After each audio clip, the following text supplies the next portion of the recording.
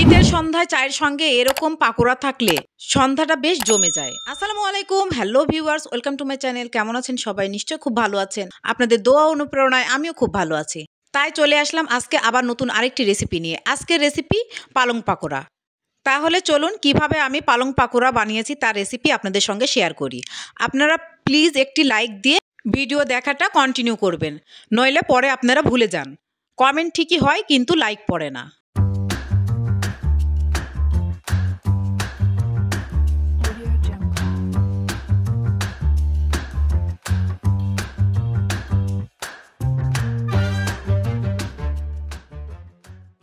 এখানে আমি এক আটি পালং শাক নিয়েছি। পালং শাকগুলোর গোড়া কেটে ভালোভাবে ধুয়ে এনেছি। আর একটি মাঝারি সাইজের আলু নিয়েছি। এবারে পালং শাকের পাতাগুলোকে কুচি কুচি করে কেটে নিব। আমি সব পাতাগুলোকে এইভাবে কুচি কুচি করে কেটে নিয়েছি। মাঝারি সাইজের আলুটাও এভাবে কুচি কুচি করে কেটে নিয়েছি। আলু কাটাটা আর ক্যামেরায় দেখালাম না, আপনারা দেখেই নিশ্চয়ই বুঝতে পারছেন। এবার কিছু গোটা শুকনো মশলা ভেজে নিব। কয়েক টুকরো গরম মশলা, কয়েকটি গোলমরিচ, হাফ চামচ মৌরি, হাফ চামচ গোটা ধনিয়া এবং হাফ চামচ জিরা একসঙ্গে ভেজে গুঁড়া করে নিব। এবার আমি গুঁড়ো করে নিয়ে চলে আসলাম। পাকোড়াতে দেওয়ার জন্য পেঁয়াজ কুচি করে কেটে নিয়েছি, টমেটো কিউব করে কেটে নিয়েছি, ধনিয়া পাতা কুচি করে কেটে নিয়েছি, 1 চামচ আদা কুচি করে কেটে নিয়েছি, 1 টেবিল চামচ রসুন কুচি নিয়েছি এবং 1 টেবিল চামচ কাঁচামরিচ কুচি করে কেটে নিয়েছি। এবার পাকোড়াগুলোকে মাখিয়ে নিব।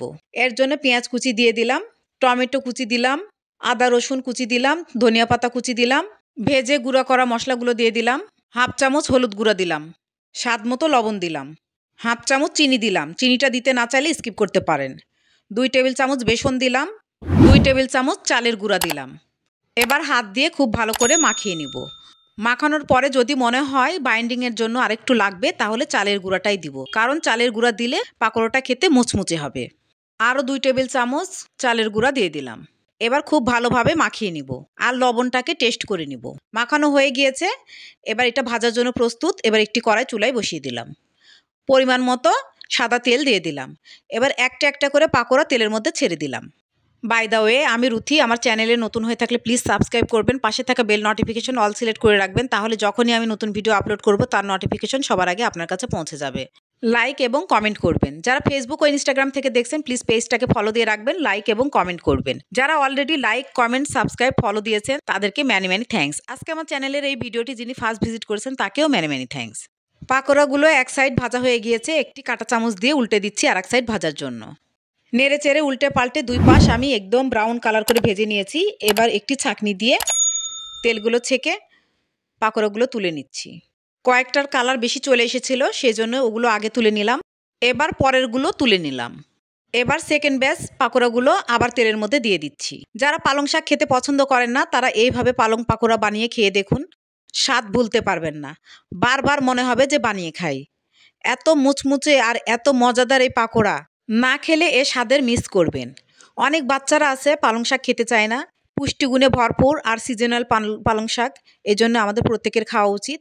এইভাবে বাচ্চাদেরকেও খাওয়ালে বাচ্চারা অনায়াসে মজা করে খেয়ে নেবে।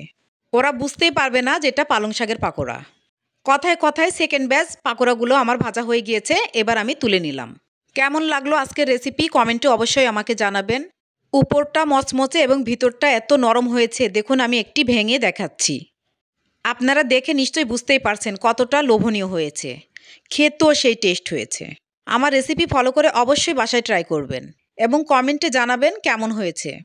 রেডি হয়ে গেল মুচমুচে মজাদার পালং পাকোড়া। নিউ ভিডিও দেখার ইনভাইট করে আজকে বিদায় নিচ্ছি। ভালো থাকবেন, ভালো রাখবেন, আমার জন্য দোয়া করবেন। আল্লাহ হাফেজ।